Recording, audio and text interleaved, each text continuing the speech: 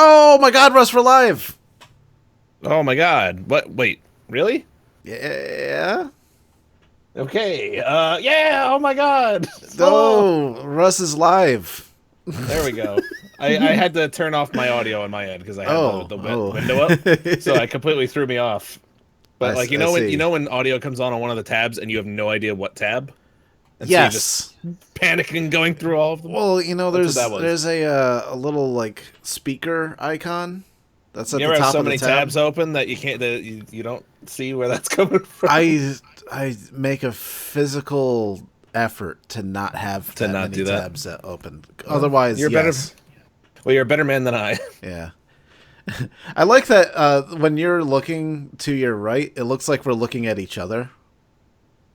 Oh, let me hang on. Am I mirrored on your end? Because I think okay. I could mirror I'm it. sort of. That's the It way that does you're look like looking, we're right? looking at each other. Hold It's on. Let me weird. see if I can. Let me That's see if I can creepy. mirror it. Hello, everybody. By the way, Hi guys. we're Look at our beards, huh? yeah, it's We're just beardy we're folks these 5 days into November, and That's right. already we've got a good start to a beard. Sir Panda says, "I am a beard."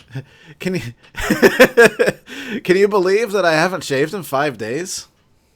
Oh wow, Yeah, incredible! Just incredible. yeah. I don't remember when I last shaved, to be honest. Oh, I don't. It's been a long time. you know, how the fuck do you mirror some? I don't know how to do Don't. this. I'm gonna. Now I see where I am looking. It's Oh, not okay. mirrored, so Okay. now I know which All way to right. look. I'm gonna look All right. this way.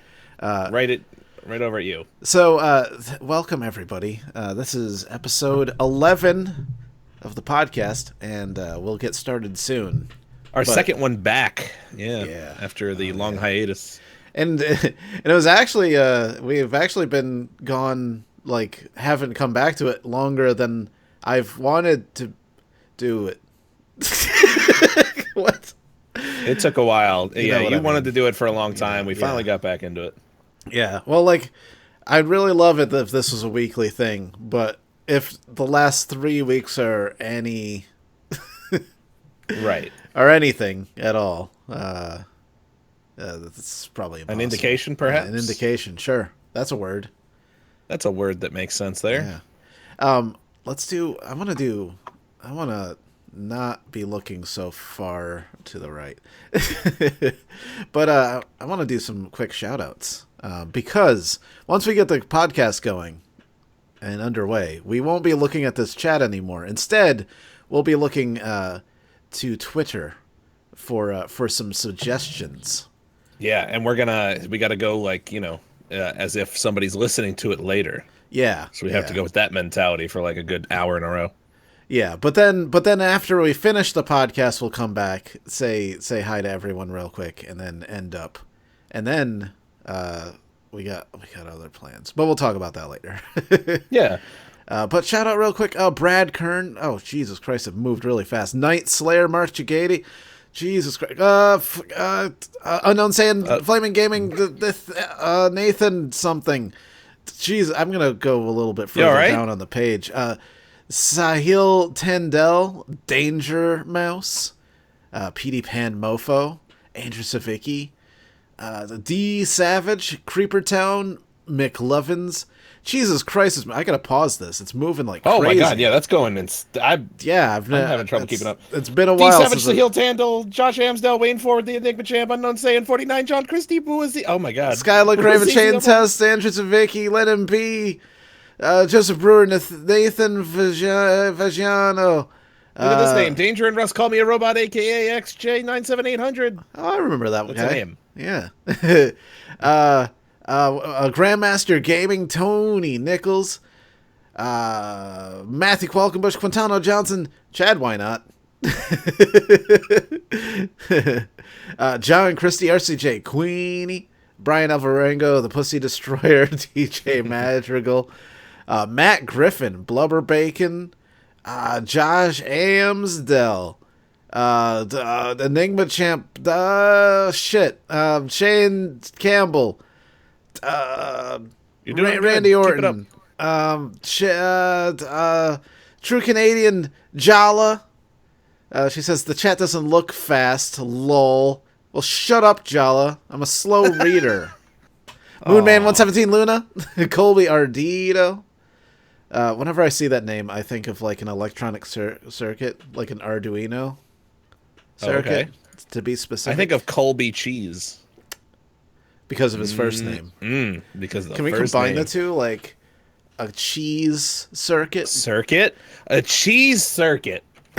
Oh, man. Of course! Brilliant! Get the president on the line. Oh, man. Buaziz Omar. Bouazizi. Bouazizi. Okay. I mean, You're probably right. You're really good at stuff I'm probably like this. close. I don't know about it right. Eric Reardon, who slapped Jala. DSR Impact Seal. Hello. Monkey Powers. I feel like it's been a while, Monkey Powers. Monkey Powers. I feel like it has. Whoa. Unless I'm making that name up. Unless this is No, just a fabrication of my mind. Close Shed. Ruben Peters. Cable Guy's here. Oh, hey, Hello. Russ, the Cable Guy's here. Cable Guy.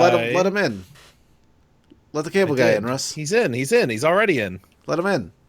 He's in. Show him where the router is. Okay, come with me, Cable Guy. Show him where it is. Take care of it, Russ. Come on. Show him what it's all about. Oh. Well, Nathan Wojtovich, thanks everybody for showing up. I love doing the podcast. Me too. It's always a good time. Russ, what's your favorite podcast? By the way, Christine and Chad are here too, as well. Hi. Hi. I just noticed you're super quiet. Oh yeah, you were doing your thing. You were saying your hellos. I didn't want to butt in. But I step on your wanted you toes? to. I wanted you. Oh to well, butt you in. should have put up. I the wanted hand you to signal. stop me. Oh no, you were doing great. Oh man. So now you're saying what's my favorite podcast? Yeah, the what's ones we've done, or just that I listen to? Both. What's your Okay. favorite podcast that we've done? Yeah, I shouldn't have even brought that question up because when we finish with these, I often don't. Like, you edit them, so you listen again. I don't remember them as much. Like I'll listen to parts, but not like in full. Yeah. So it's like I can't remember specifics. Yeah, but I don't remember too many of the older ones, but like after the last podcast, I went back and listened to some of the older ones, and I listened specifically to the first one. I listened to the second one that we did with Team Geo. Oh yeah, man, it was crazy listening to that. It was like going back in time. Like, yeah, Team Geo was talking about like streaming on YouTube. They were thinking about it. Oh wow, that's gotta be a long time ago. Yeah, then. Jesus, that was a long time ago. Jesus. I don't know. I'll have to go back and listen to some of the older ones eventually. Okay, then how about not us then? I listen to a lot of the Smodcast ones for the most part. Yeah, Smodcast, and then Tell 'em Steve Dave, that sort of thing. Some wrestling ones too. Chris Jericho is a good one, and Steve Austin is a good one. You've mentioned that before, yeah. And yeah, I mean that's about it. I don't listen to as much. There was a point where I was listening to a lot of them, but I don't know, sort of fallen out of listening to most of them lately. But that's just because of work. It used to be when I worked my old job, I could just listen to them all day long, and that was when I was able to listen to a shit ton of stuff. Nowadays, not quite as many. Yeah, like when I was out on the road a lot, I listened to podcasts in such frequency that they just couldn't keep up. Right. I couldn't subscribe to enough podcasts. You'd be halfway through the day and be like, I'm out of podcasts. I'd be one day into the week and be like, that's entire week's worth of podcasts. It was rough. That's why like, I I'd have used to to go download, looking for more, and I couldn't that's why I find used ones to- that are any good.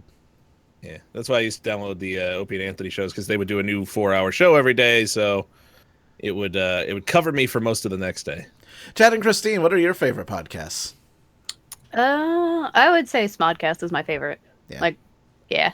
Hands down. Kevin Smith is he is the best with words, I think. Yeah, he's a wordsmith.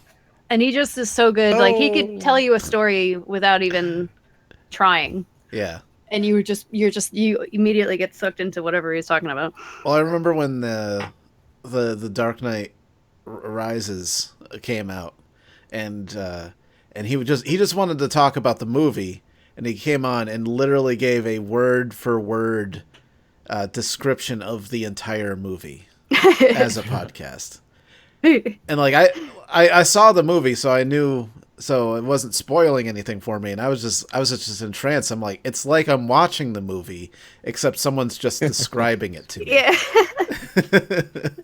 I would totally listen to Kevin Smith narrate a movie. Yeah.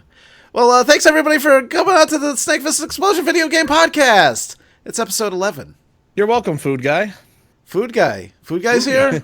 Oh, That sounded a little Food Guy-ish. I immediately looked to the comments area. Oh, if somebody would get the Food Guy name. Guy. Oh my god. A lot of people don't know that would be about a the great Food one. Guy. We talked about it on the last one, though, didn't we? Because didn't we do the last podcast right after we got back? It was, think yeah, so. it was like October 15th. Yeah, so no, if you don't know Food Guy, you listen back to the last one. You get all Why the doesn't inside Food jokes Guy have a about it. Twitter account yet? Seriously. Hey, Food you Guy guys, tweets. it's Food Guy. I'm over Here's my here. I latest got business. Twitter. I'm trying to do the social media. It's the wave of the future. I don't know how. It doesn't make any money. It's a weird business. I don't get it. I just picture a weird Tim and Eric like a commercial for him. Yeah, Food Guy really is a Tim and Eric kind of character. But yeah, welcome everybody to the 11th episode, which is a live episode, but it will of course go up on iTunes. I don't know, Stitcher. What are some other things? How where SoundCloud. Where would I find a podcast? Podcast.com. I don't know if it's on podcast.com. It might be. It probably is. But wherever you're listening, welcome. I could actually probably pull up a list of things. I'm going to pull up a list. Snake Fist Explosion video game podcast. Let's see. Player.fm, Stitcher, iTunes, podcasts.com. It's on mytuner.mobi. I don't even know what the fuck that is. Podcat.com. Subscribe on android.com.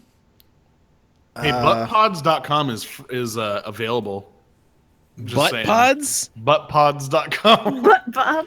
That sounds like a thing that you would put in your butt. I know. Does that not appeal to you? The name. It does. The product that you're pitching me right now. It sounds like something drug mules would use. Wow, even this podcast is It even does. on gta.ugamers.co. So this thing just got out there. Somebody is just going around looking for podcasts to put elsewhere. Yeah, mixcloud.com.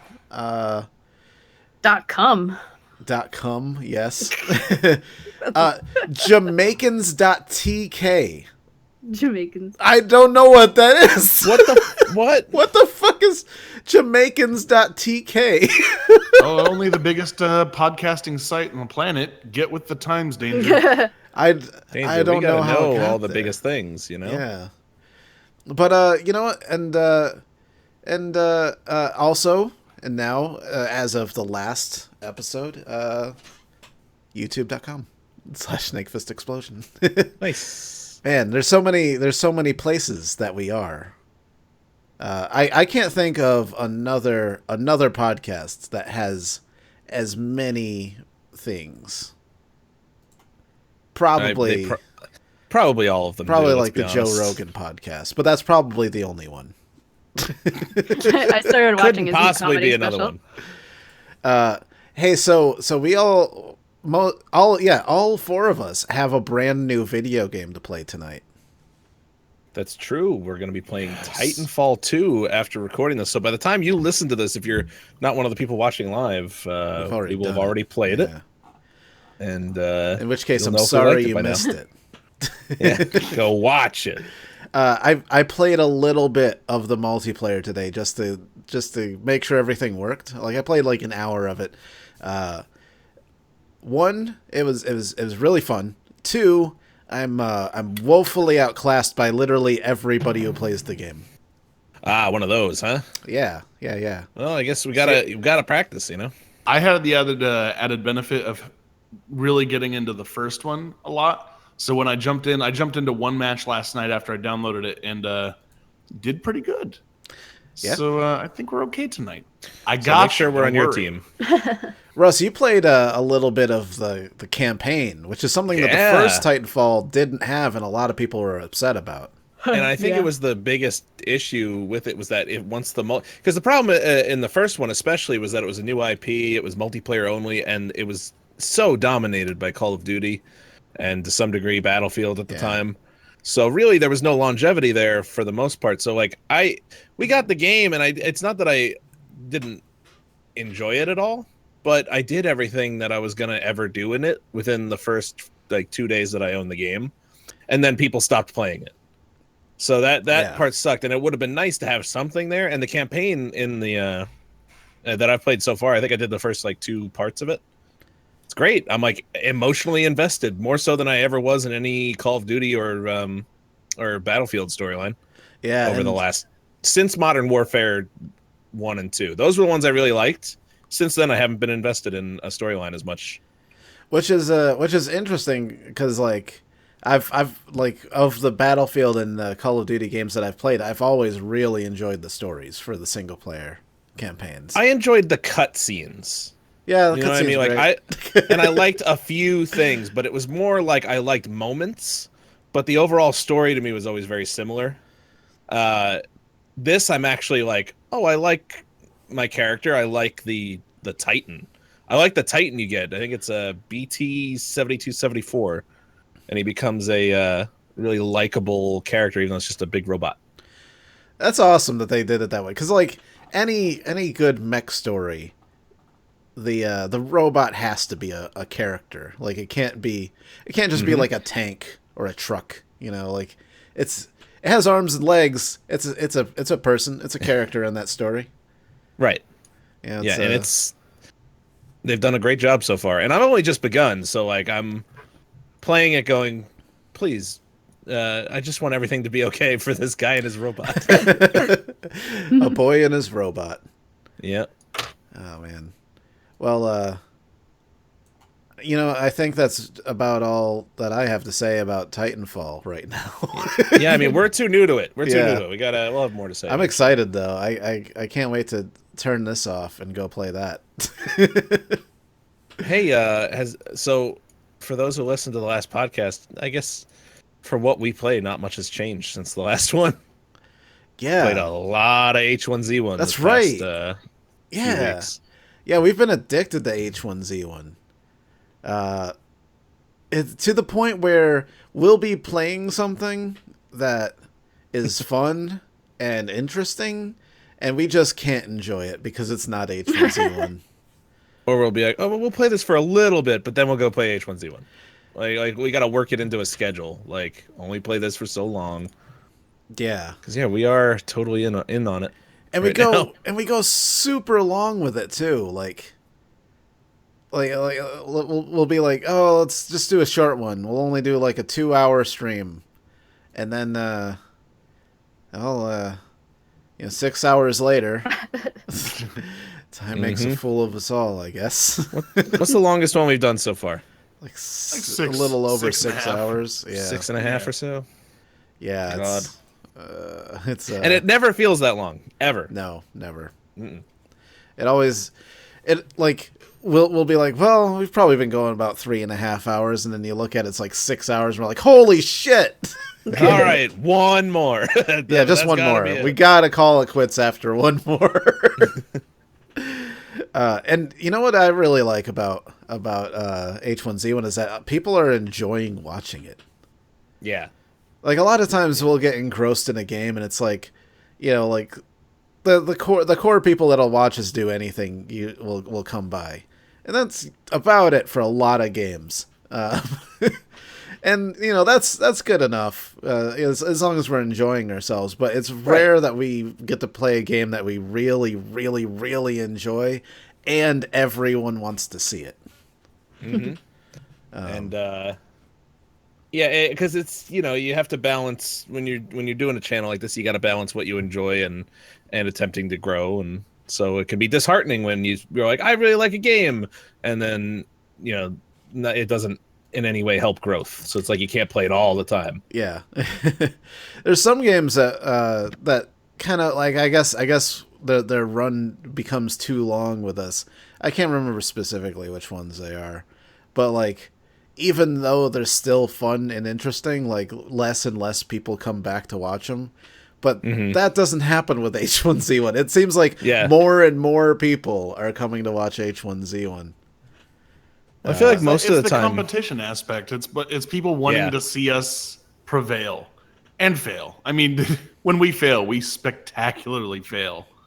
Yeah, like your explosion driving into the sign. That was a wonderful explosion one. driving into the tree. Yeah. The explosion happening when I hit that jump and told everybody to jump out. Yep. To be fair, I told everyone to jump out. Yeah, and then we immediately blew up. There wasn't enough time between when you said it for our brains to process it, to send the signal to your finger to click or to hit the F key to jump out. There was not enough time for that. That's how quickly or how close it was to when it exploded that you said it. Look, I got out just fine. You had prior warning. Not as much as you would think. Like as fast as things come out of my mouth, that's pretty much the processing speed of my brain. Thinking on the whim, huh? Yeah. Chad made a funny moments video, and that was just like how many streams was in that one funny moments episode? Because I don't think it was very many, right? No, it was only 2 because it was the first big chunk of it was the other night that you guys streamed, or it was just you and me, and then they jumped in. Yeah, it was the duos with Danger, and then the other one was the Of Mice and Men moment from a couple weeks ago, which I look at it now, and the way that I put it together, I wanted that to be at the end, but I do realize, like, after seeing Tragic die so many times beforehand, that it wasn't shocking. But the Of Mice and Men one was the first time that any of us had turned on each other, which is why it was like, oh! It was a momentous occasion, really. It really was. And it was bringing back the old Of Mice and Men gag from Red Dead Redemption, which was always, that's always a good time. You really cut out a lot of Tragic's murders. Yeah. I figured, there's... How many times can you watch him die? I mean, plus I don't want to blow my load on the first one. I'm gonna make a few more. I've ran it through some test audiences, and people always laugh the hardest, and their eyeballs are the most engaged when Tragic is being killed. True. Did you, Andrew Poor WK Tragic commented on the video and said that he showed his father. And as soon as his father realized what it was, because he had read the book of Mice and Men, he started dying laughing, saying, "It's just like the book." Good old John Steinbeck. Oh yeah. Yeah. So we're addicts. Oh yeah, we need help. Will anyone help us? We have debilitating problems. I've even been trying to spread the sickness. I sent a message to Typical Gamer. Seeing if he would play. He did not respond. But I told him that he should play H1Z1 with us sometime. And my words were, H1Z1, you will become addicted to H1Z1. You will develop a debilitating, crippling addiction to H1Z1. It will really be a problem. It will ruin your life. First hit is free. And they didn't respond back, I guess. All of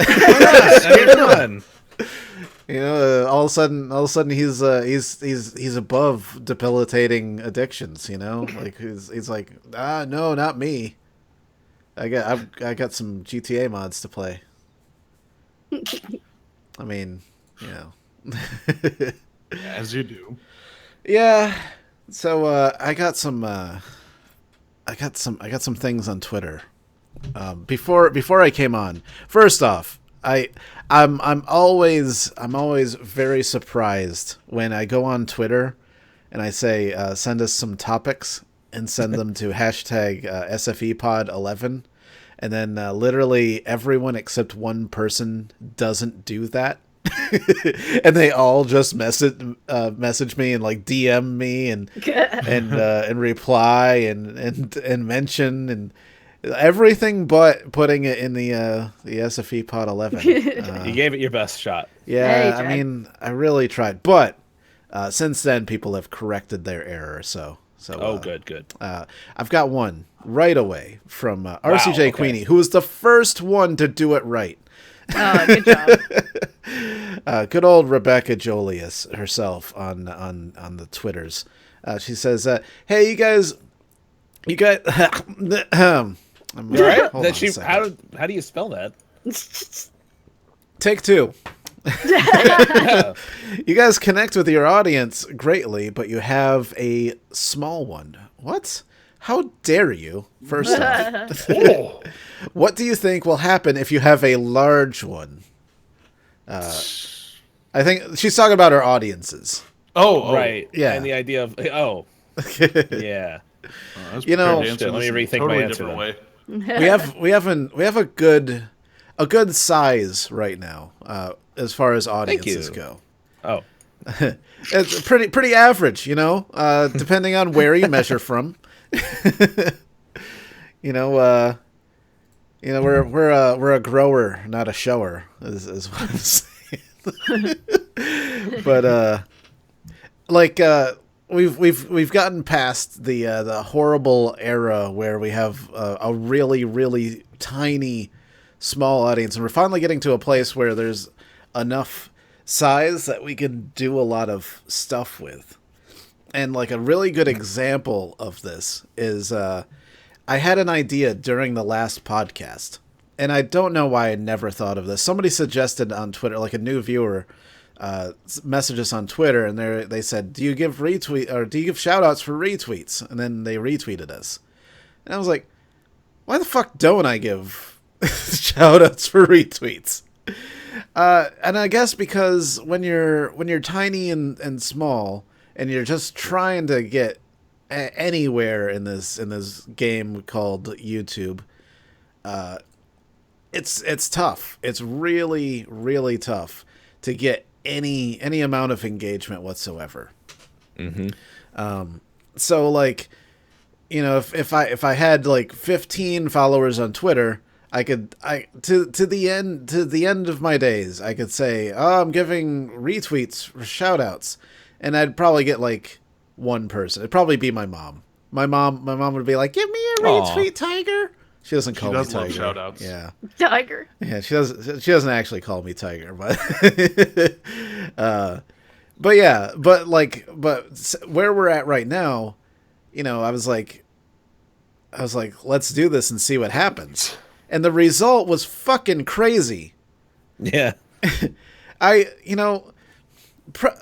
We were at a pretty good engagement level before this, and like I would put something out, it'd get like 20 likes and probably like 8 or 9 retweets, which is pretty good for the size that we're at. That's pretty good. But then I said, hey, retweets for shoutouts, and the first day it was like 60 something retweets, then 80 something, and then 100. The highest was 105 retweets for a stream that we did. That's the current record right now. Yeah, and like we're at this really interesting point in the whole YouTube thing where we can actually like do something that actually makes a visible impact on what we're doing. That's nice. Yeah, and so if we had larger, I don't even know. Like, Russ, if this thing takes off, and let's say we've got like 1 million subscribers, just tomorrow. Oh my God. Tomorrow we've got Okay. 1 million. 2,500 people concurrent watching our streams every time. Oh we go Jesus. live. I tweet a picture of my dog, and it's got like 500 retweets and like 1,000 likes, and everyone's like, "Your dog's so cute." What do you do with that? Shit, I don't know. I guess you'd have to do a lot of shout outs. Yeah. All right, well, it's the shout out stream today. Yeah, it would literally just be a stream of shout-outs. Well, that's an interesting idea as well, because I don't know. like, there's a point where you do have to stop doing that because it takes over. Yes, it's true. I mean, we're already at a point where sometimes it's like comical how many like retweets and shout outs and everything has to be done. Well, so I did that for like a week, Okay. right? And then I stopped, and we're still getting the same number of of retweets, and people still want it. And like, I'll see a comment that'll be like, check the Twitter for retweets, and even though I don't like for like 2.5 weeks, I haven't been putting it at the end of the tweets, but it's something called agency. Have you ever heard of agency? I know the word, but explain it. Well, like to me in this case. if a video game has agency, for example, the not Just Cause. What's the one with Nathan Drake? Oh, Uncharted. Uncharted. Yeah, the Uncharted series had a really interesting moment where they realized what a video game's agency has on the effect of the game. They were doing playtesting for Uncharted 2, and there's a point where you come into a town, and they wanted to make the town as realistic as possible. So they put all these people in the town. There's all this stuff going around you. It's a really beautiful and like well modeled environment. Mm-hmm. And then what they found with the playtesters is that all of them were coming in and immediately punching people for no reason, just because they could. Yeah, and a lot of people chalked it up to, well, video game players are just violent by nature. They just want to go and huge jerks. Yeah, they just want to destroy things. They want to hurt people. Turns out they did a little bit more research in it, and it turns out that the reason that people were punching people is that they saw this environment and they wanted to know how real it was. Oh, okay. And the only way that they had to interact with the things that they saw was with the game mechanics that were already provided, which was violence, punching and shooting and blowing things up. That was their only option. So the game gave them an agency of, this is how you interact with something. So knowing that, they went back and they decided to change up the control scheme, the action scheme for what happened when you came into a town. All of a sudden you would start walking instead of running. And when you came up to people, instead of hitting the button that would punch people, it'd be like, press this button to start a dialogue, and you would actually talk to the townspeople. Mm-hmm. And it changed the entire experience of the game, because all of a sudden people realized, oh, there's ways to interact with these things, and punching isn't the only way. That makes sense. Okay. Yeah. So that's agency. An agency of a video game it's like what leads up to a certain point to lead you to believe that this is how you're supposed to respond to this stimulus. And what's interesting is that the agency of doing retweets for shoutouts is that people now retweet when they see it because they want a shout out, even if it doesn't say retweet for a shout out. Right. Okay. Yeah. Interesting. Actually, that's my belief, anyways. Maybe people just want to shout out. Maybe You're I'm thinking too overthinking it. hard about it. Putting Watch a lot it. of effort into this thinking. Yeah, people are like, "Wow, what an asshole." we're all just an experiment to him. But I don't know. I feel like that was an interesting thing. Like like we started doing a thing and then it continued despite not giving instruction to do it. A lot of like really good video games are designed that way too. Like Mega Man X is well known for having good agency throughout the game. Mm-hmm. And like it doesn't have a tutorial, and instead you learn how to play the game by playing the game. And it doesn't throw you into like it'll set up situations where you're like, oh wait, now I have to do this. Like I have to figure out how to double jump because I need to jump Right. higher. And then you realize, missed oh that. hey, I can double jump. But I miss games not leading you by the hand and you having to actually play them. Figure Yeah. it out as you go. Yeah. like H1Z1. Yeah. They just throw you to the sharks on that one. It's like, oh, I'm parachuting. Even the tutorial is just like, yeah, this is the game without gas. Yeah, the tutorial is there's real people in this server and they're going to kill you. But you don't. At least you don't have gas to worry about. So, Yet. you know, if we had a bigger audience, I really don't know, because like I take it one day at a time. But I often get fed up with seeing people that don't utilize what they have to their advantage. yeah. Like a lot of people that like have audiences, but they feel like they're locked they're locked into things. And actually, I mean, I just recently started watching, but Aviator Gaming, he made a video about it, and it probably explains what it's like to be at that level.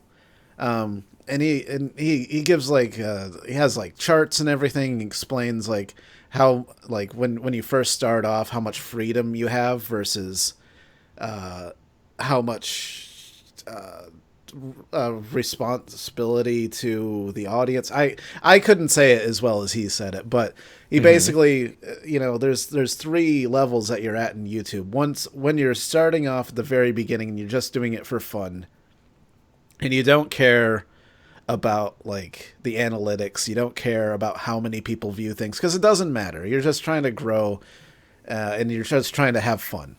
And then Right. there's the middle point, and I think we're at the middle point where you're starting to get to the point where you're making a little bit of money, but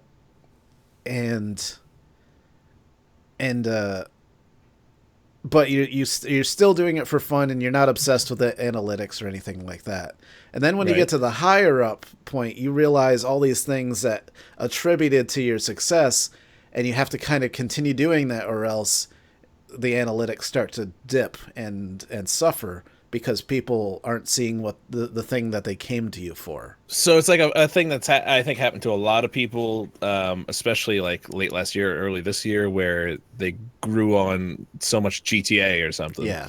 And they have to keep playing it even when they don't want to, just because they're obligated at that point. Yeah. But Okay. but I also don't, even though it's true, I also don't agree with it. Okay. Because I think if you're a creative person that wants to be creative and do interesting things, you'll find a way to fit that in. Yes. Like you might still have to do the thing that you're known for, but like it's a transitional thing. So like what I said about agency, I feel like that very much applies to a YouTube audience. So like even if you got to 1 million and they're all like, "Do Minecraft, idiot." You know, there's a way that you can transition from doing one thing and then grow and train the audience to expect another thing. Right. A good example of that is Steven Septic, who I've watched for a long time. He used to be known as MLG Hunt. And I started watching him because he did Minecraft animations in, I think he used Cinema 4D. So he's a 3D animator. He made like really cool Minecraft animations. He also played Minecraft almost exclusively. and now he kind of does like well edited vlog reaction style vlogs. And he's a funny guy, and that's the thing that he's got going for him, is that he's funny and he really knows how to make a good video. And he got to a point where he said, "I'm not doing Minecraft anymore." And some people left. Some people did. But you know what? Those people, if that meant him having to play Minecraft against his will, he'd rather see them go. Right. I think there's a lot of people who are afraid to take any chances on that kind of thing. And he didn't crash and burn. He was around like 600,000 subscribers when it happened, and I think he's closing in on 1 million now. So he's still going strong. That's good. Yeah. I got some more things, because I went a bit long with that. So that's my tangent. That's my answer for what would happen if we had a large one instead of a small one. You know what I would do? 2 chicks at the same time. Oh. Chad, what would you do with a large one? A large one? Yeah. Hurt people with it? Okay. Jesus. He would Not use by his choice, power it was just power for evil. I wish I wasn't doing this to you. Just victims of circumstances. That We are still talking about audiences, right? Of course. That. Yeah. Talking about. Use it for evil? I don't know. I don't even think of it that way. Like, I the whole thing with me and how I've been doing the channels, or my channel, I don't care about how it goes. I mean, seeing growth is nice, but I just kind of do my own thing. Yeah. So I don't care about playing whatever's popular. I just play whatever I want. See, if we were going by the Aviator flowchart, you would be at that beginning stage where it's all for fun. Yeah. Ideally, you would stay in that area, and that's kind of what he describes. Is like it's better to be at that one point than have to give up your creative control. Yeah, I'm very stubborn though, so even if it did grow, I'm probably gonna keep it going that way, just because I don't care about a lot of things. I think that's the way to be, to be honest. Yeah, if you can pull that off and keep doing that, that's definitely the best way to be. Yeah, my thing is, if I'm having fun and people are having fun hanging out, I'm good. Yeah. Well, I mean, there's a lot of people right now that are super successful, and I feel like that's basically what they do. Is they refused to give in to like doing whatever the most popular thing is. Yeah. Like Game Grumps is a perfect example of that. Yeah, true. I love the fact that they go and do like fucking weird, obscure games, old games. They just get their hands on whatever they. Well, they're in a feel great like doing. position where people will watch them no matter what, and that's the dream. That's what you want. Well, if you have control over the agency that you want your audience to have, then that's what you would want. That's brought what a you full would want circle. To do. Yeah. Grandmaster Gaming says, "What features would you put in the ideal survival game?" You know what? Somebody just commented on one of the H1Z1 streams and had a good idea. That I was like, why isn't that a thing? Healing partners. Yeah. In a team-based survival game, the idea is kind of like a Dead by Daylight, running up to somebody, healing them up, even like the medic in Call of Duty 3, shit like that. That to me is like a no-brainer, and I don't know why that hasn't been implemented yet. DayZ had that. DayZ did a lot of things right. Among all the things that they did wrong, they did a lot of things right. And DayZ has all of the things that I wish every survival game had. And a lot of like just shooting games in general. I loved that you had to load ammunition into magazines, and you had to have the physical magazines to put into your weapon instead of like you couldn't just endlessly reload. Mm-hmm. That was a really great idea, and I loved it. I loved that you could get knocked out. Somebody could come up and punch you in the head and knock you out. Like that. And they don't know if you're dead or not unless they actually click on you and check your pulse. And it'll tell you if you have a pulse, if you have a weak pulse, or if you're dead. So they have to physically come over and inspect your body in order to know if you're dead. I love the blood loss system in DayZ, even though sometimes it's a little unrealistic because like you get shot with a with a 308 and like it doesn't drop you immediately. Instead, you're like, oh, I'm bleeding now, or you get scratched by a zombie and over the course of like a half an hour, you bleed to death out of a paper cut in your finger. Yeah.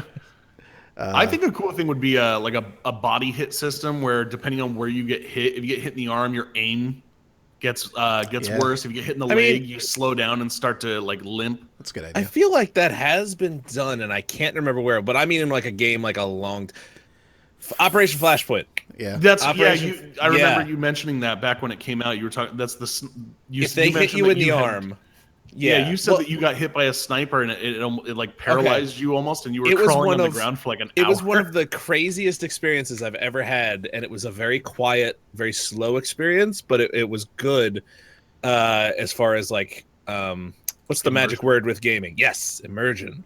It's like I got hit. Like the mission was just I was cut off from my troop, and I had to get from point A to point B as an enemy force was moving in on the territory, and they were moving in real time, so it was slow. At some point, one of their people hit me at long range. I went down, and I had to literally crawl for like almost an hour in the direction of the checkpoint, as they're every once in a while taking pot shots at me when and I crawled for almost an hour. I almost got there, and then one of their guys just hit me, and I was dead. And that was it. I was like, oh, gotta start that mission over. It was fucking awesome. Yeah. It was one of the best experiences I ever had, weirdly. Yeah, DayZ had something like that too, like at least for like broken legs. Like if you got shot in the leg, or if you jumped off of something that was too high, you'd break your legs. That was always pretty cool. I want to believe that the Arma 2 mod also had a thing where like if you were shot, it made your aim shakier. Like if you were low on health, or it also had like if you were exhausted, like if you ran too far, you'd be breathing heavy and your aim would be all over the place. True. Yeah, I remember that. They did a lot of things right. I was, more than I'm angry at that game for being broken, I'm more disappointed that they fucked it up. There was so much potential, and at a certain point, I don't know what it was that happened, but the priorities got really shitty. Yeah.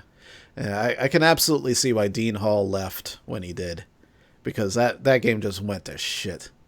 It's funny because I jumped in late to that game, and I'm kind of bummed that I didn't get to experience it when it was apparently like fun. Well, but I'm also glad that I didn't have to experience it become bad.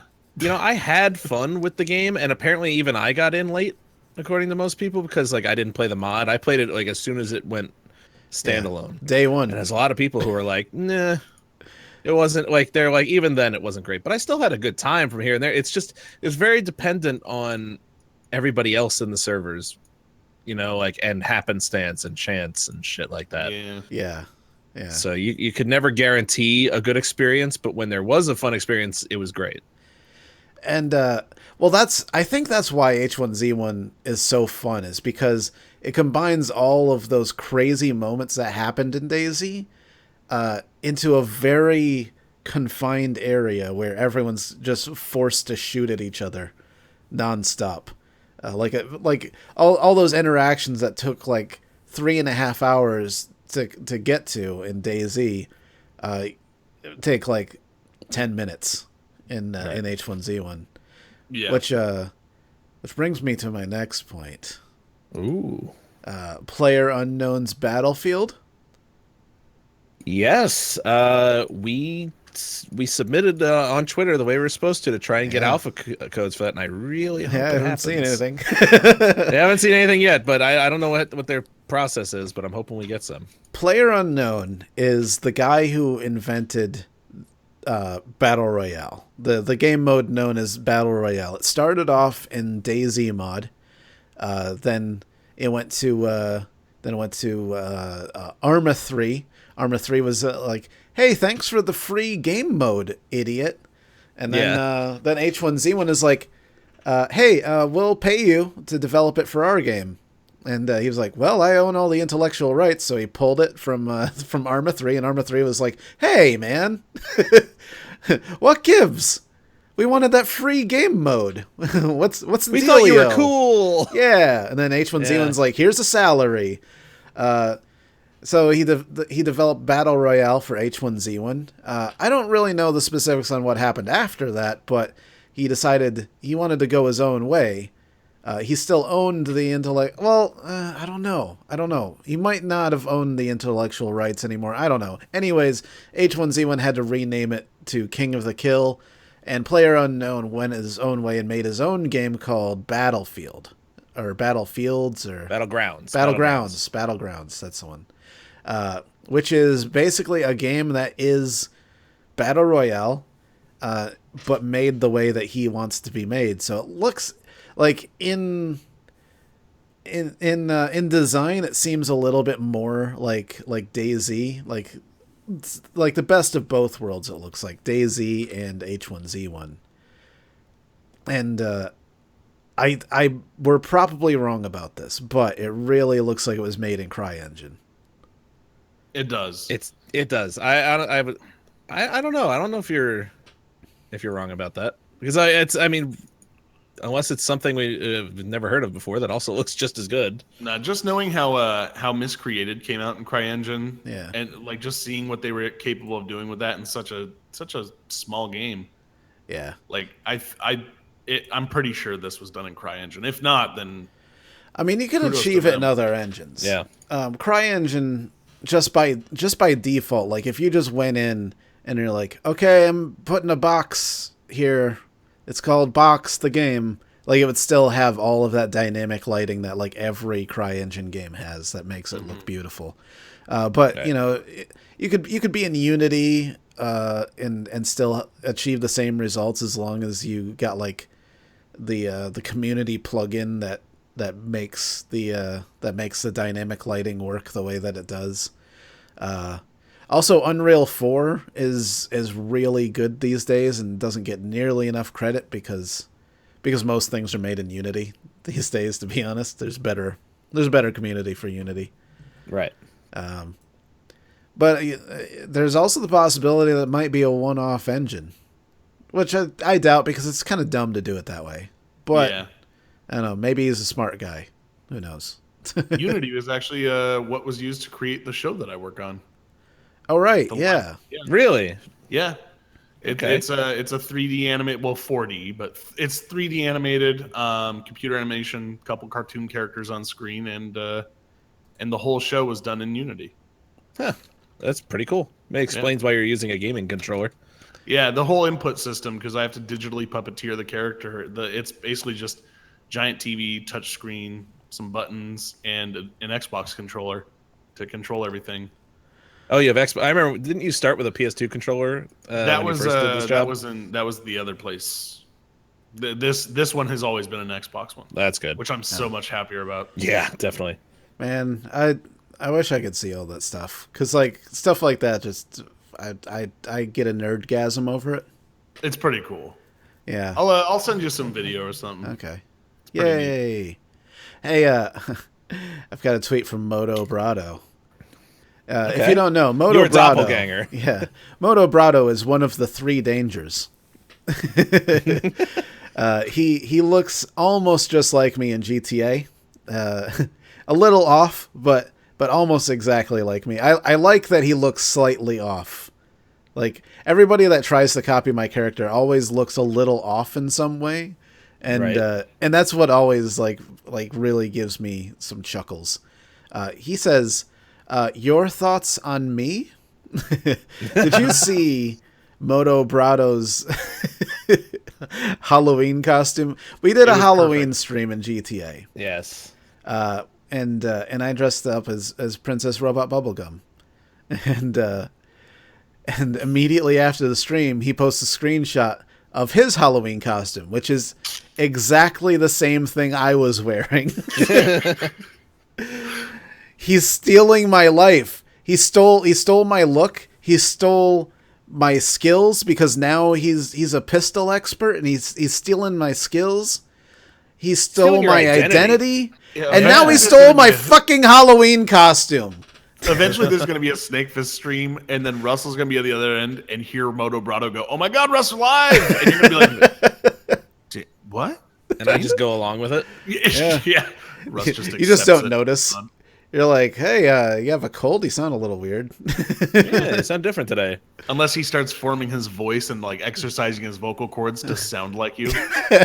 Oh my God.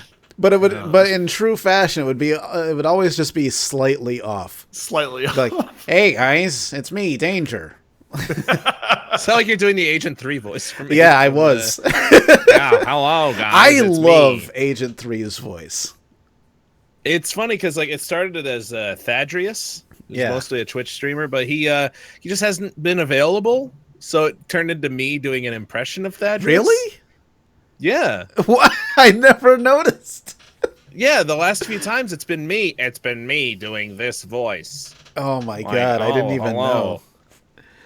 By the way, this week's episode of Grand Theft Alien had one of my favorite, like one of the hardest that I've laughed editing something was when he goes into the office and he's just like, when Agent Rob's character's like, "That's why they call you the Chameleon," and he's just like, "People have been calling me the Chameleon."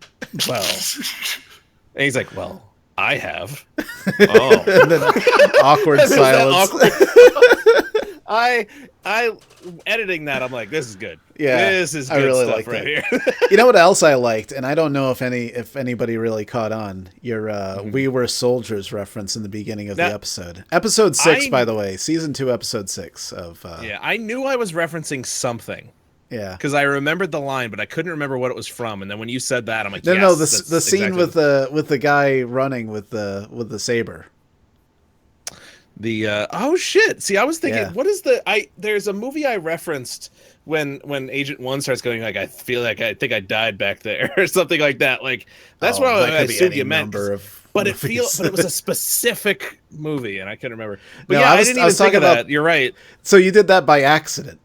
Like But- even well, the fact I that like knew he was when doing wearing it- like a very similar type of uniform, like a very I like knew when doing it, I was formal-looking- doing something that had been done before. I just couldn't remember exactly. But yeah, that makes sense. Yeah, it's there's a scene in We Were Soldiers when they're establishing a perimeter and Mel Gibson, the commander, is, he's looking at maps, doing things, whatever, and one of the Korean soldiers breaks the perimeter, and he's hiding like in a bush, and he sees the commander, and he draws out his sword, and or no, I think he had a bayonet, maybe. I think it was a bayonet. Yeah. I think he charged with a bayonet, if I remember right. But anyways, he sees this moment. Mel Gibson's over there with his other officers. He's looking at the map or whatever he's doing, and then the guy I think it started like a monologue of like a letter that he wrote to his family. Okay. And then like it's reading it while he's charging in slow motion. He's charging in slow motion right at Mel Gibson, and at the last second, Mel Gibson sees the soldier, and he pulls out his sidearm and shoots him, and he falls short. And the impact of that scene is that if that soldier was successful, that entire operation would have been lost. Like it was like one soldier that could have ended the entire thing for the Koreans. Vietnamese, wasn't that the Vietnam War? Nope, Korean. We Were Soldiers was the Korean War? Yeah, which is why it was also interesting because the scene in Grand Theft Alien was Korea 69. Yeah, Korea 69. It's amazing what an inside joke can come to. Yeah. Like that's I think when we were all talking about the episode, Hike mentioned something like, "Oh, it would be really funny if we could do a reference to the Korea 69 thing." I'm like, haha. But then as I was starting, I'm like, yeah, wait a minute, we could do that. Yeah, Not a problem. I had to I got a jungle mod for I was for wondering how you GTA. did that. It looked amazing. Yeah, and I just shot making sure I couldn't see any of the buildings in the background. So that was in the city.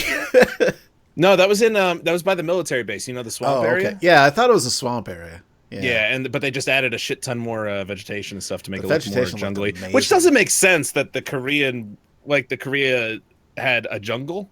Because as far as I know, jungle warfare isn't like a thing in Korea. No, But it is.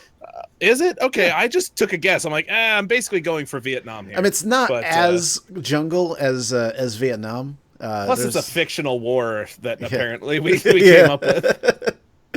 I hope people understand that when they watch it. They're like, we weren't in Korea in 1969. But everything about that show's fictional. I had a record number of lines for that. You did 25 lines this week. Yeah, it was hell. Yeah, I felt bad when I was counting it up. Like, But I knocked it out pretty quick though. Like when I get a lot of lines like that, it tends to flow smoother because like the first like 5 or 6 lines, it's like I'm like deleting it every like I'm doing like 10 takes per line, and then but then once I get going, like I get into a thing and it becomes more natural. See, it's funny. Usually, most people like when we're doing the voiceovers, I get all the bad takes too. Yeah, And I'm always tempted to like use them in something. yeah. I just haven't yet. delete all There's mine. no time.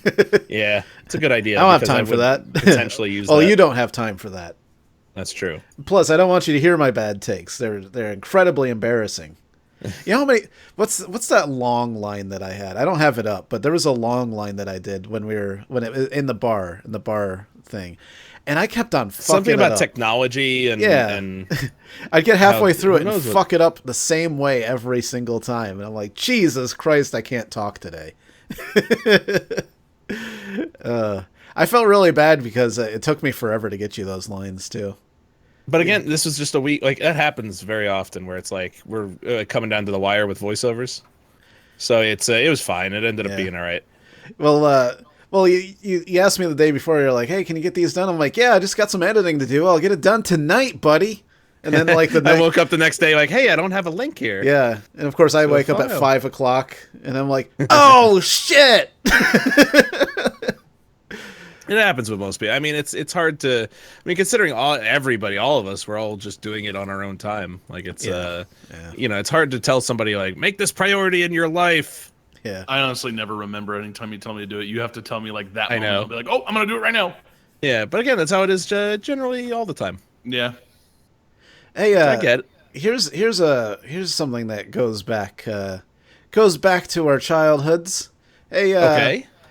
This is from Andrew WK, the King Spectre himself. He says, "What do you think the difference? What's the difference now? Gaming now versus the pre-digital DLC area we used to have. So, like, remember when you used to have to buy video games from a store? Yeah, of Those course. are my most exciting times as a childhood. I remember. Yeah, Toys R Us had Getting the the best yellow selection. slips. Yeah, you'd have to bring the slip to the counter where they would give it to you. Like, well, because like I used to get a game like if I got a good report card, my mom would be like, "All right, we're going to Toys R Us and you can pick any game." And of course, it wasn't like now where you know everything about every game coming out. It would just be a long list of Yeah, games. Like crapshoot. they could be complete shit. You never knew. They Every could be once in a while, you Space get really Harrier lucky. too. You know, you never Yeah, know. I mean, eventually I got Nintendo Power. I'm talking about like when I was like 5. Like, eventually Nintendo Power helped, but even then, you didn't. Yeah, there were so many games you just kind of took a chance on. Yeah, I'm not gonna say that they weren't exciting times because like when I was a kid, fucking that was my world. Like if I had money for a game, because I was pretty broke as a kid. My parents, they weren't like dirt poor or anything, but they weren't. They were very low middle class, I would say, or maybe upper lower class even. Yeah. So like we didn't have a lot of expendable income. So like I think I might have had like in the entire time that I owned my Sega Genesis, I might have had like 4 games for it. So obviously those were crazy times. I remember buying Teenage Mutant Ninja Turtles. Some one of those games. It might have been Turtles in Time, maybe. For Sega Genesis? Yeah. Yeah, I think Turtles. that was out for Super Nintendo and Genesis, I believe. Yeah, they were Yeah. 2 different games entirely. Yeah. But Really? so I saved up all of my pennies. I literally paid for this game in change. Like I had Wow. like 50 pounds of change. It was crazy. I was like a fucking like 12-year-old kid or 11-year-old kid, and like just bring a big Ziploc bag full of change and slap it on the counter. Like, I want this video game, and it's like $30. And I remember how excruciating it was that after going to the store, we had to go visit my grandma. Grandma, I don't want to see her. We were there for like 4 hours, and I'm like, it's like it was the first game that I bought. Like I'd been playing Sonic 2 for like 2 months, and or not 2 months. I mean 2 years. Like, it was the only game that I had for like 2 years, and I was like, I'm fucking sick of Sonic. And finally I've got a new game, and not only that, it's Teenage fucking Mutant Ninja Turtles, and I'm about to get my fucking turtle on, and then it's like, we gotta go visit your grandma, and I'm like, all right, we'll make it quick. And then 4 hours later, I'm like, God damn it, I hate this place. I was a mouthy 11-year-old. But after that, like, even like in the Xbox days, like before digital downloads, it was like I definitely owned less games because I physically had to go buy them. And it's like now it's like, oh, a new game came out. Did you get it? And I'm like, well, I just did now. I'll have it in 30 minutes if I turn off all my other stuff. It is also strange because he brings up the DLC thing, like how expected it is now to not get the entire game when you pay for it. I know, I hate that. Which I think is one of the things I really loved about Witcher 3, is there was so much there. They could have put that game out over like 5 separate DLCs after the main game. And instead they just did the old-fashioned thing of giving you 2 really big expansion packs later. Yeah. Like much later, like, hey, we've been working on this. Now you've got a new area. And they didn't. Yeah. Like, DLC should be an addition. Do a season pass. Yeah. A season pass for that fucking game would have absolutely worked too, because there was so much content. But they didn't do it. Season passes exist fucking infuriates me. Yeah. Well, I mean, I guess as you're starting to like have games that are treated like sports, like, so many first-person shooters are. I get it. Because those people will do it. But yeah, I understand it from a business standpoint, it, but as a consumer, it's fucking dog shit. Yeah, absolutely it is. I mean, I like it if it's adding like new stuff to the game that wasn't there before, like Just Cause 3. It shipped with a full game, and the game was fun. And then I got the season pass because I bought like whatever edition it was that allowed it. And like since then they're like, all right, we also added a floating helicarrier in the sky and also given you a jetpack. And you're like, what? I got a jetpack now? Those games are great. So they're like, always great. They add stuff like that. But then there's some games where it's like, the game's not finished, so play it until we got some DLC. Mm-hmm. I miss like when Call of Duty 2, when that came out on Xbox 360, it was really exciting because it was like you had this game, you played the game, it was a great game, online single player. Fantastic game. And then all of a sudden they were like, by the way, here's some more maps. $2, $3. And you're like, what the there's more? That was exciting. But the fact that you're going in like, oh, great. So pay $30 in addition to what I just paid for the game now and get some of this shit down the road. Yeah. Great deal. If I still care about the game. Yeah, down the line. You know what game was anybody's still playing it? Really terrible about that, but in hindsight, it kind of worked. Hitman. The episodic series they put up this year? Yeah, no, I really fucking love this game, and I haven't played it in a while, and there's been like two new missions that came out. They finished the season, right? By the way, I like don't know. they put out the season finale, I think, like this past week or recently. Sure. Okay, I think so. I don't know. Continue. That's, I haven't been okay. keeping up with it. I haven't played it in a few months. I was kind of letting it go so that I'd have some stuff to do. Well, when it first came out, it was really annoying because there was only the tutorial that came out. And it kind of sucked. Like, it wasn't great. Like, it wasn't even a real mission. It was literally a facade. Like, you had a mission that was literally on a fake boat inside of a missile silo with that you're interacting with actors. So But it's like they still gave you the killing them? tutorial. Yeah. So they're like, here's a tutorial, and then you gotta wait like another month for the mission to come out. Now, luckily, I came in like a little bit late, so I bought the game. I played that tutorial. I'm like, where's the rest of it? And literally the next day, the next mission came out. I'm like, oh, that's better. And then I played that. I'm like, where's the rest of it?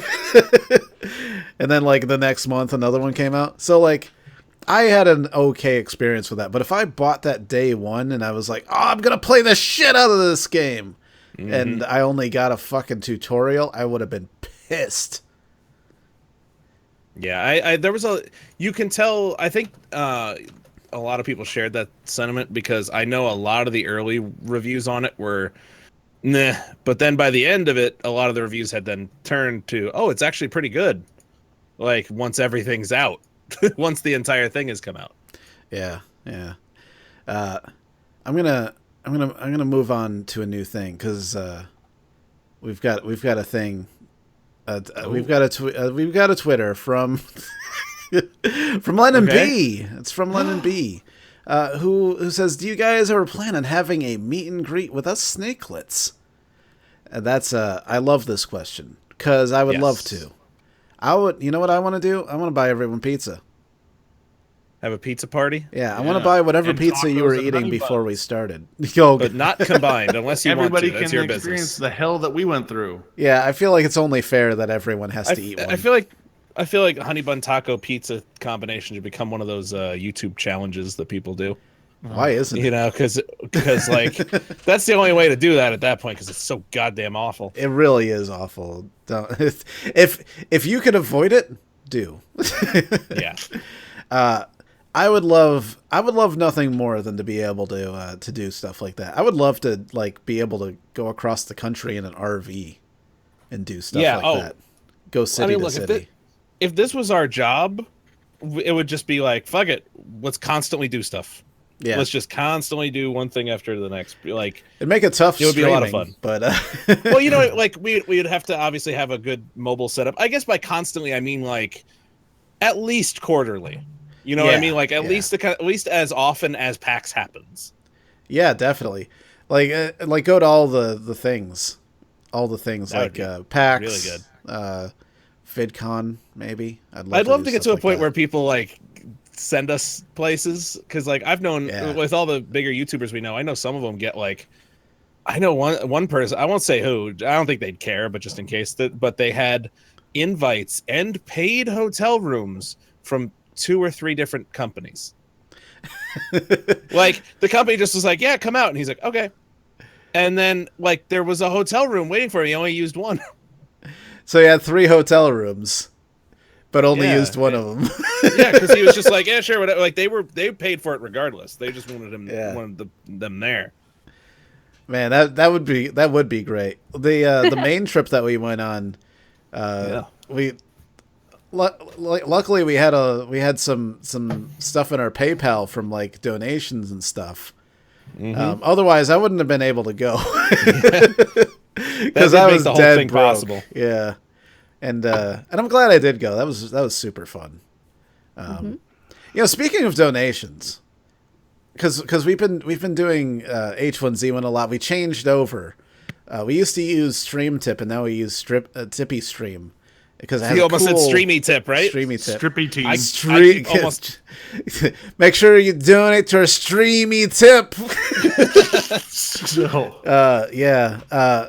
Because it has a really cool overlay system, and it's like, and Stream Tip was giving us was giving us some issues with our PayPal. It was complicated. Anyways, I don't even know what to say. Cause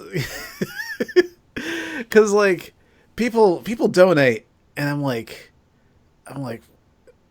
I don't how do I express gratitude for this? Cause I'm fucking broke.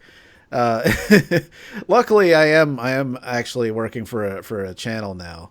That is paying me in actual dollars, unlike another channel I was working for. You're employed now. Yeah, kind of, I guess. I don't know. Sort of. It's not You're that much contracted. money. It's I'm not making much, let's be honest. But Good thing it's you live something. where you live and not here. Yeah. but like that all that stuff is literally the only reason that I'm not like ripping my beard out and eating it because I'm so fucking stressed. We couldn't have that. Yeah. You need that beard. I need that beard. I mean, if I pull my whole beard out, then what? That's a slippery slope. I'm going to start ripping my leg hair out. The hair on my elbow. I shudder to think of it. Yeah.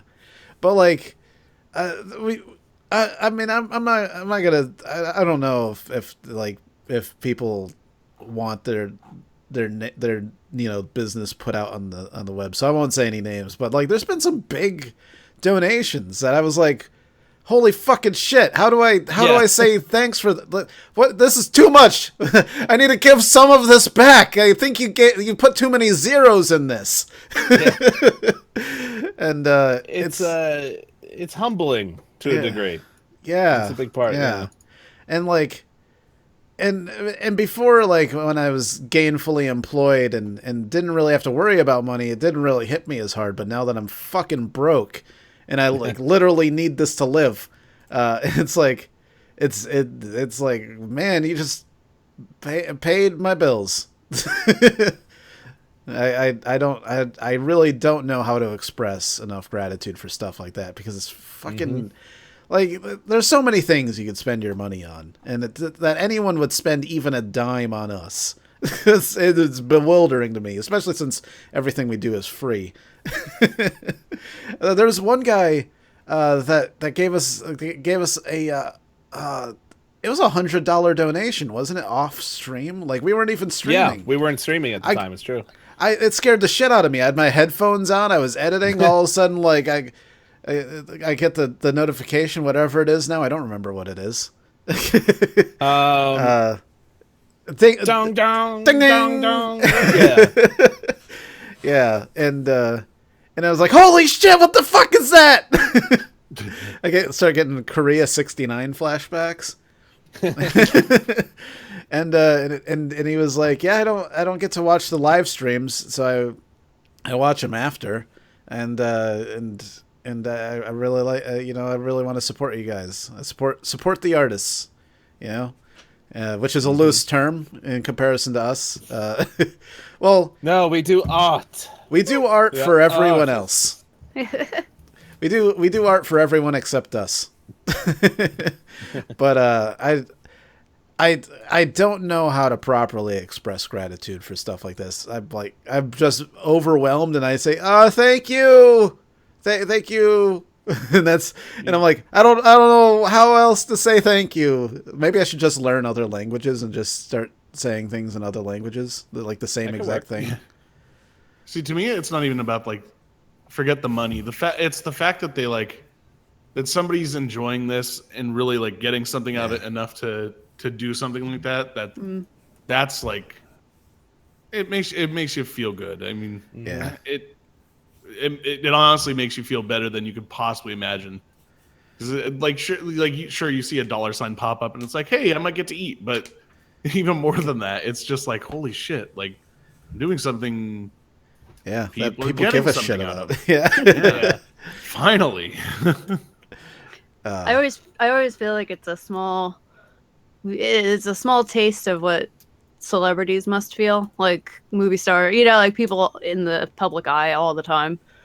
A small, very small glimmer as to what that must feel like to have people care, give a shit about what you do. Yeah. Yeah. Whether good or bad, it's because you're always gonna get, if you're in the public eye or anywhere doing anything online, you're gonna always have people say nasty shit, but you're always gonna have your core people that are always gonna be there too. It's always blown my mind, like anybody that's in the public eye like that, or any kind of celebrity or whatever they do, music, film, anybody that kind of like treats people like shit outside. It's like, how the fuck can you live be like that? Like, look at what you've done and how people have responded. Yeah. Recently, just shows you what kind of people they are. Recently, Justin Bieber had like a conniption fit on stage. I didn't really see in depth about what it was about, but I guess he was trying to like have an audience moment and like talk to the audience, and like and like girls do at a Justin Bieber concert, they were all screaming, and he was trying to tell them to kindly shut the fuck up. Oh, I think I heard about that. Yeah. And he got mad. And he's like, "Oh, I'm trying to talk, and guys are all screaming." And he mic dropped and walked the fuck out, and everybody started booing him. Jeez. But then he came back out and he finished up the set without any talking. So, like stuff like that. It's like, that's what earplugs are for. That's why people like pop stars wear earplugs, is because of all the screaming. The PA system is more than enough to cut over the crowd of screaming girls. I feel like that's something that's just something that you have to deal with if you want to be Justin Bieber. Is like you have to deal with girls screaming at your concert. That's just something. It comes with the territory. Since the fucking 50s, girls have been screaming at concerts, and they haven't stopped. They haven't shut the fuck up since then. The Beatles came out there. That was like the first huge Elvis band that made people scream. Elvis too, yeah. Frankie Sinatra. Frank Sinatra. Good old Frankie. Yeah. I mean, you think that he didn't have to deal with screaming girls? Mm-hmm. And he just swung his microphone around on his finger, and he's like, "Yep, this is the life." He's drinking some rye whiskey at the exact same time, and he's like, "This is how I deal with this."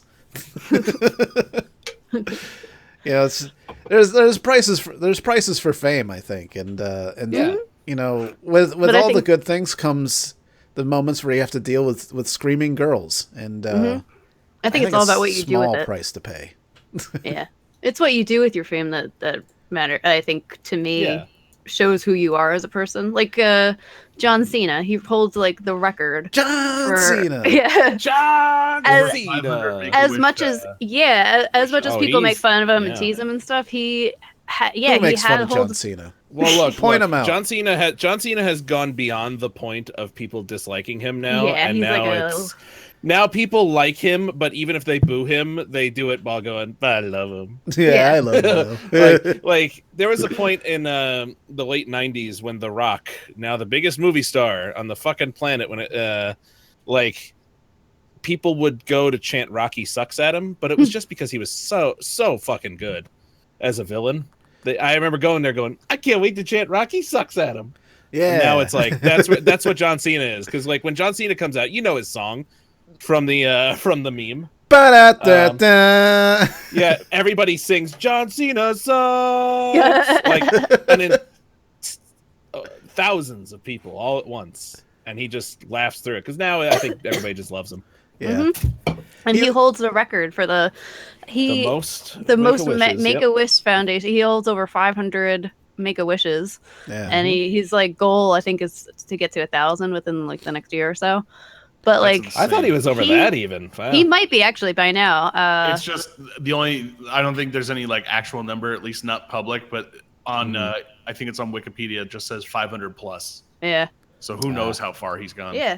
But that's something that man does on his own time, without any cameras, without anyone knowing about it. It's not a publicity stunt, like sometimes they do. It's a cool guy.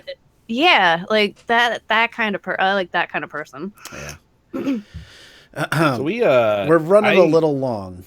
Yeah, we're gonna have to wrap up soon. But did you know that I have thumbnail ready to go for Titanfall, and even an event ready to create? Man, I'd hate to be anybody that misses that. Because we're doing some Titanfall. But before we go, can I bring up one thing? Yes. Because while we're recording this, everybody's watching live. Hi, everybody who's watching live. And Brian Alvarenga, the Pussy Destroyer himself, said something earlier that has been said to me so many times. Christine, he said I looked like somebody. You want to guess who that might be? Oh no, Sal? Yup. Oh my god. So many people. I have had, it's a ridiculous number of times that I've been in public, and I've had people come up to me and ask me if I'm Sal from Impractical Jokers. The first time somebody ever said that to me was like years ago. It was like an old friend I hadn't seen since high school. It was like, hey, by the way, did you start a show called Impractical Jokers? I was like, no, it's not me. But don't, yeah, no, that's Just Brian. take credit for it next time. I know. Like, I don't even it's know what he me, looks like. I have to look this Sal up. Volcano. So, yeah. Here, let me pull up a picture of him because it's more recent. Like when the show first started, he didn't look like me. I'm pulling up a picture of him though. I'll put him alongside my face. I can Right here, so I we can can do see. one better. Hold on, I'll bring Maybe it's up in a because we have. browser source. Oh yeah, do that. Sal. Maybe it's because he's got a big head. We Volcano. kind of have similar hair at times, and the You have beard. similar But, features, but it's not. I images. don't know. I'm gonna add a maybe from like, I could see it from maybe like browser a football field source. away. You'd be like, is that Yeah, Sal maybe- Volcano over yeah, there? from far. But that's far about away. it. But it's got to be something because so many people have said And it's this to not- me since yeah. the show started. And it's not like an insult because he's a good looking guy, Oh, but I like Sal. Like, it's just so weird to me. Let's see. Yeah. There's a quite a resemblance going on here. All right, I gotta wait to see this come up. But it's so strange how many places this has happened at. Enigma Champ, what wants to know? He wants a answer for what he said. I can't find it though. Oh. Damn it. Man, if only he sent it to us via He Twitter. did. He said. Oh. He did. Apparently. All right. So now look, we've got a obviously lot this of is- we've got a lot of things that we didn't get to, and I think I'm just gonna save them for next time okay. Good idea. because we're running long, and Oh man.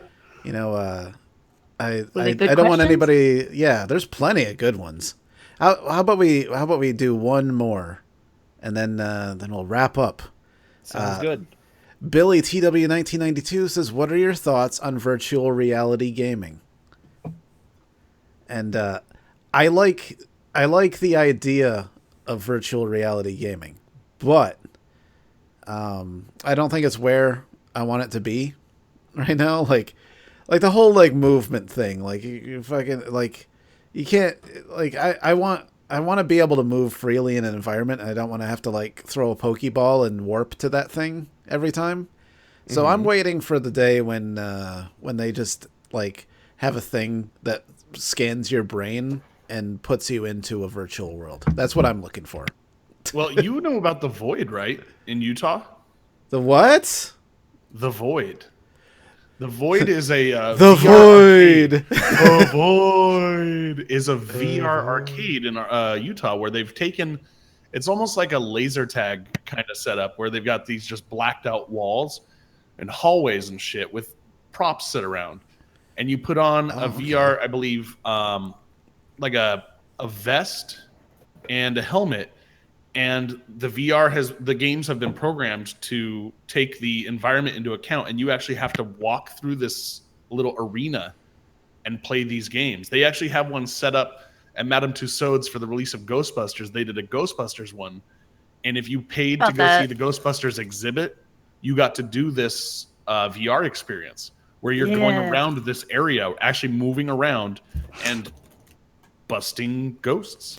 But they've got an entire arcade dedicated to this, and they demo it on online. You can find a video of it where it's a couple like shooter kind of things, but it's not just shooters. They've got all different kinds of games set up in actual environments that you move around and can physically touch. Okay, I'll try it. Yeah, Awesome. Yeah, I would do that in a second. it's too bad See, I it think gotta didn't go to come Utah. off. Oh, That's yeah. the kind of thing that would be fun to be able to go around and do stuff with. Yeah. Be like, we're going to go do this thing now. Yeah. So it's kind of a combination of like augmented and virtual reality. It's like a fusion of the two. That's like the one limitation that I found with the virtual reality where it's at right now. It's just that, and it seems like that's really the only thing that you can do to get around that limitation is to have a very large area to Yeah. to walk around in. Well, I like what they've done so far with what is it with the Vive, the one that's the most popular one right now. Yeah. Like, I do like what I've seen. I've seen a lot of the stuff that Team Geo's done. Especially now they both have the headset. They do? Like, it does. Yeah, they both have Oh. it. Bren splurged and got it, and it looks fun. I would absolutely love to try it out sometime. Yeah. The problem is that right now it's a little cost prohibitive, but if that eventually comes down, or if I suddenly have the ability to spend $800 on a headset, then I would totally go for it. Yeah, and I would absolutely, if I had some expendable income, I would get one, just because it does look like a lot of fun. But that's actually one of the main reasons why I built the computer the way I did, is because that's where I want to go with it. I'm personally like, I can't wait to try it. I tried one of the VR or the Gear VR ones at a Best Buy, I believe. Yeah, I have that. yeah, And it was pretty cool, but it was like It's fun. It kind of got me excited about the Vive because I was like, all right, I can see where this is going with just a phone. I downloaded I a roller really coaster wanna- for my phone. Yeah. Do you That's have the kinda Gear cool. VR? I don't. I don't even have a Google Cardboard, but I just held the phone up and pretended, and it was pretty close. It was still very 2D for me, but I was able to look around. I'm just picturing you sitting in your chair going, whoa. Whoa! Your phone is smashed against your face. No, I was just holding it in front of me. I was like, oh! Do you remember what I told you the first time when we first got the Gear VR? No. What I did that made me feel like such an asshole, but at the same time was like, wow, that says a lot about the technology. I was doing one of those virtual reality, look all around like you're looking at a whole Porn, city. yes. Yeah, a whole city of porn. And They call it Porn City. yeah, and I was trying to explain to Christine how it looked, and I pointed. I'm like, oh, if I look over there, and my hand hit the fan in the room, and I just feel like, ow! Like I got full force into my head, and it was just so much like, holy shit, the immersion on this goddamn thing. Well, there you go. Episode Well, 11. We did it. Mm-hmm. We did it, We've everyone. got another podcast in the can. We did it. Now we get to go play Titanfall. We're doing that's right. We're doing it right after this. An event that I've already made live, and I've got the link ready Oh to my spam God. in the We're live? chat. What? Well, thanks everybody for hanging out. Thanks for everything. See you guys later. Goodbye. Goodbye, everyone. Bye. But not really. But that's the end of this That's- podcast. yeah. That's the end of the podcast. But thanks everybody for hanging out. We got a whole bunch of people here. All of your comments. I'm gonna save those for next time because I got a shitload now. Yeah. I've got. I saw that the I got through like a I quarter. thought you said you got a shit now. I got shit now. I got a shit now. Oh, I saw. I'm not gonna make Hold it. the comments. Hold the comments. I saw that Enigma Champ at one point had asked when the next main blog is going up. If that was your question, Enigma Champ, I'm going to try for this week. I tried to save some footage that had gotten lost, and I just couldn't get it. So now I'm just moving ahead with what I have. It was only like part of a day, so it's not the end of the world. But maybe on the next podcast we can talk about the missing section of the vlog and all the things that happened. We could use our words. Oh, you know what? Another thing.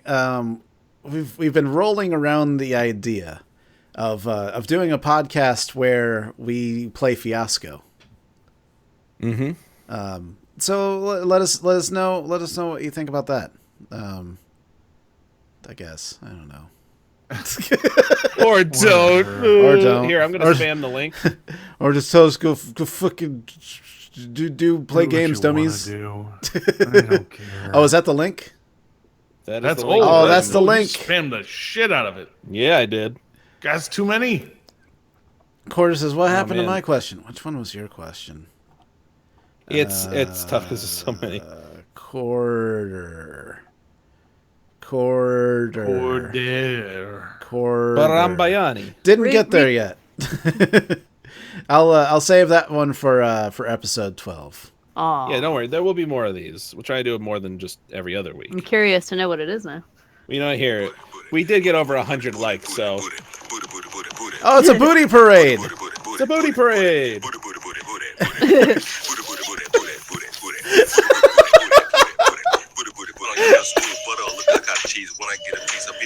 Oh my god.